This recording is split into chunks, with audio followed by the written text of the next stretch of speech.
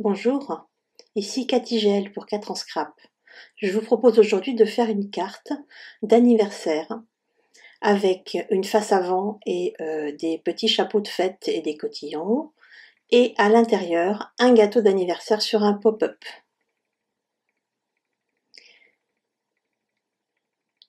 Alors, pour faire cette carte d'anniversaire, nous allons avoir besoin de papier blanc, notre papier blanc en neige, en format A4, du set de tampons gâteau et bougies, où nous allons utiliser les cotillons, les chapeaux de fête, ainsi que le gâteau qu'on retrouve sur le pop-up, et bien sûr des textes qui sont dessus sur l'anniversaire.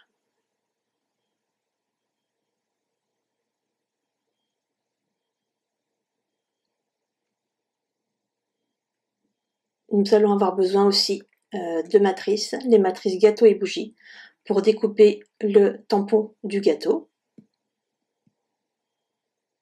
ainsi que les fenêtres carré couture. La grande fenêtre se retrouve sur la face avant de la carte,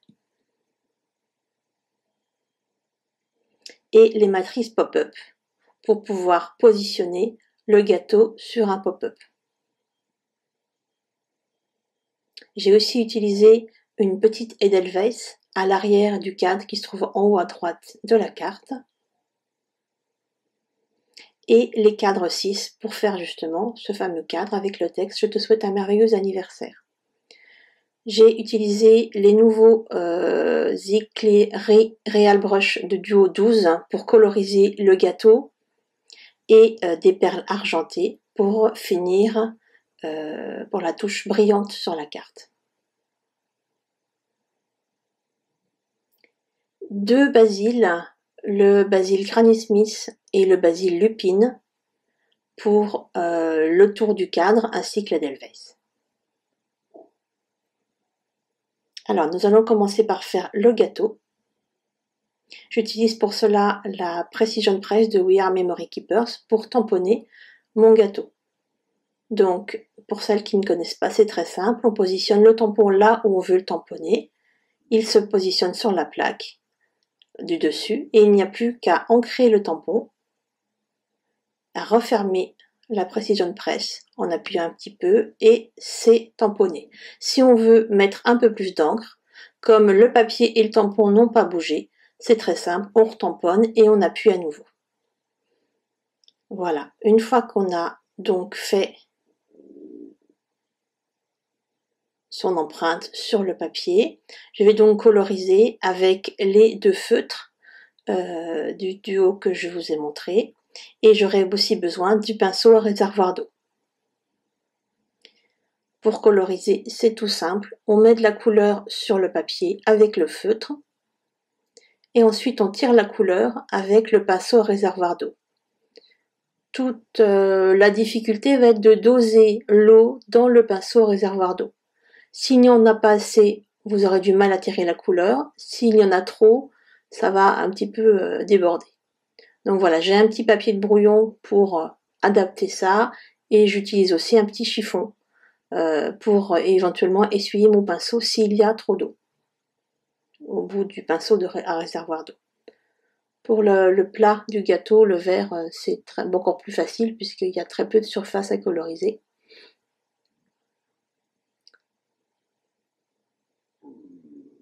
Voilà, quelques retouches si on veut. Tant que c'est sec, c'est très facile de continuer à modifier, les couleurs se mélangent entre elles.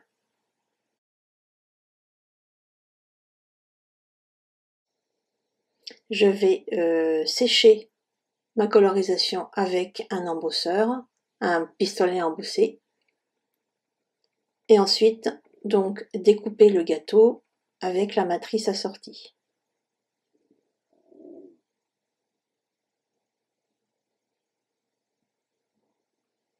Voilà, un petit peu de scotch de masquage pour que la matrice ne bouge pas dans la machine de coupe. Et voilà le gâteau découpé. Ensuite, on peut faire le texte et le cadre en haut à droite. Donc, simplement, On découpe une Edelweiss en Granny Smith, un cadre en blanc, cadre dont l'intérieur on va tamponner sur lequel on va tamponner un des tampons. Donc on positionne le cadre, toujours de la même façon. On vient mettre le tampon à l'endroit où on veut qu'il soit tamponné.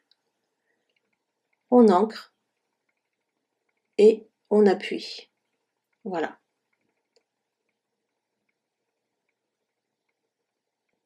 Alors pour finir, il me faut aussi le tour en violet. Donc j'ai redécoupé le cadre une deuxième fois en violet et j'ai collé le tour sur le fond blanc tamponné un petit peu de travers.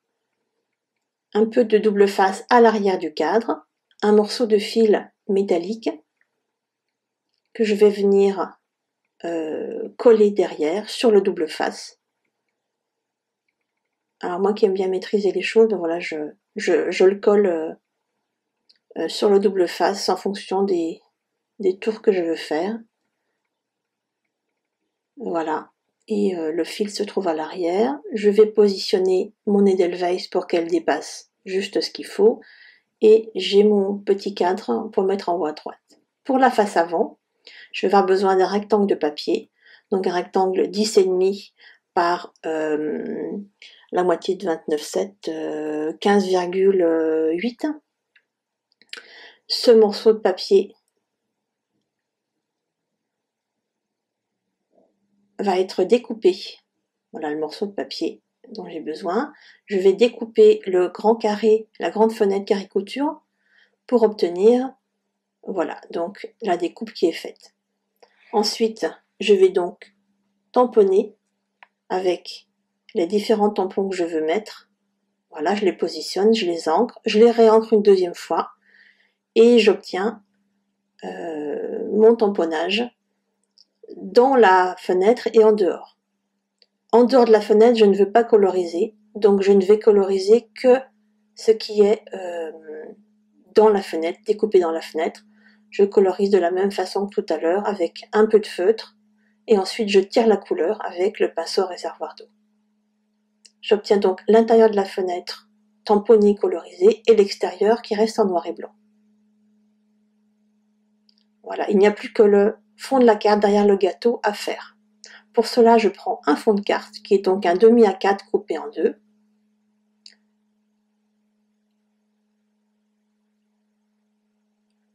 Voilà, on voit bien le pop-up à l'arrière. Je vais mettre un petit trait de crayon pour marquer le milieu de la carte, ainsi que le milieu dans ce sens-là, pour bien voir où je dois faire les choses.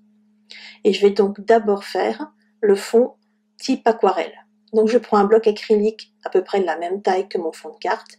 Je viens y mettre des traits du feutre vert, 2 petits coups de pchit avec de l'eau. Et ensuite je retourne mon bloc à l'endroit où je veux mettre la couleur, donc juste au-dessus du trait qui marque le pli de la carte. J'appuie. Et quand j'enlève, bien sûr, ça fait des grosses taches. Donc là, je termine au doigt pour répartir la couleur et faire l'effet que j'ai envie. Une fois le bloc essuyé, je vais sécher toujours avec le pistolet embossé. Donc j'aurai un fond de la même couleur que les colorisations que j'ai fait sur le gâteau, mais beaucoup plus grand avec cette méthode-là. Ensuite, je vais venir tamponner un nuage de mots, plus ou moins fort, sur le fond vert. Donc, j'ai choisi 3 tampons du set gâteau et bougie. Et donc, je vais les ancrer et les tamponner plusieurs fois en les déplaçant à chaque fois. Donc, j'ai bien la trace, donc le milieu de la carte à ne pas dépasser. Et ensuite, je viens tamponner mes mots en plusieurs fois, en plusieurs endroits, sans les réancrer pour qu'il y ait des différences de couleurs. Voilà, une première fois, une deuxième et une troisième fois.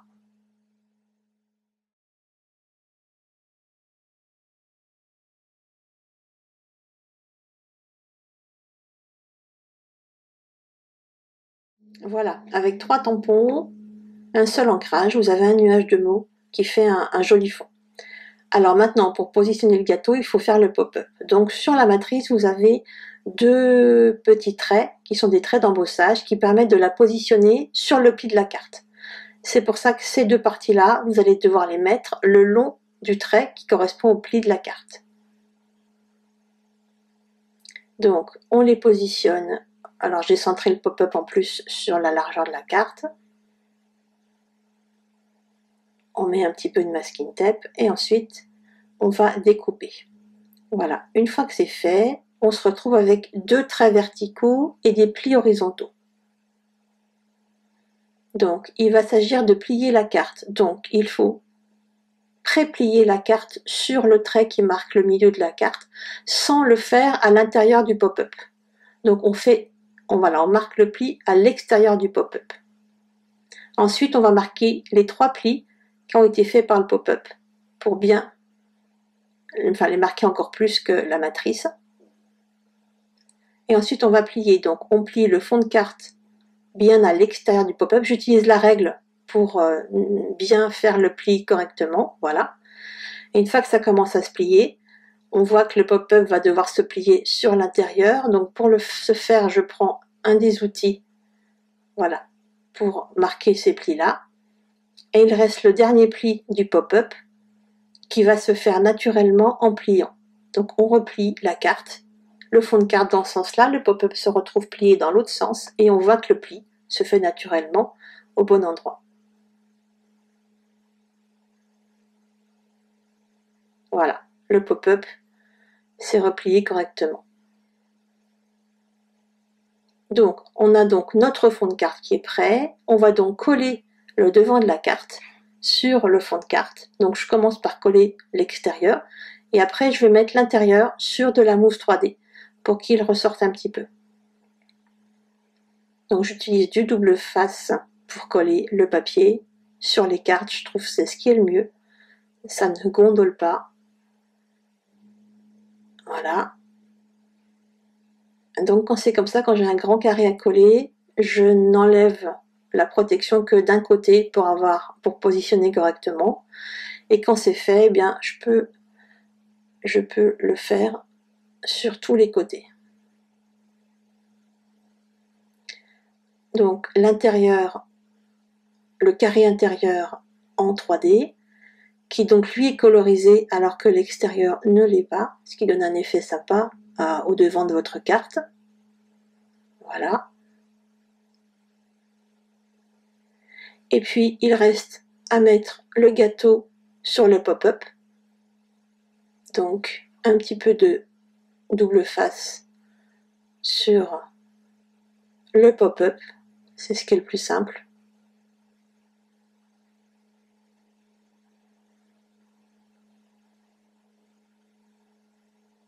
Voilà. Et ensuite le gâteau, donc je le replie, la carte pour que le pop-up soit en position. Et c'est là où je vais coller le gâteau.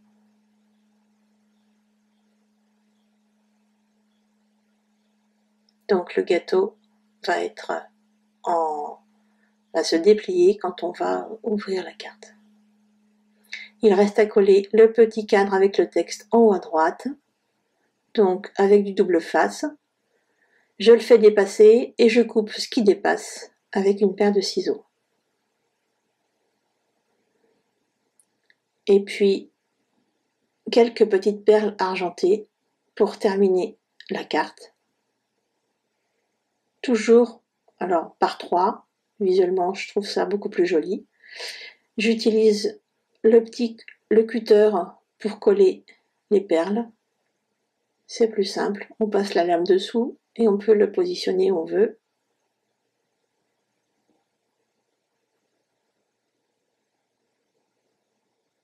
Et donc 3 perles que je fixe toujours en triangle au niveau de l'emplacement.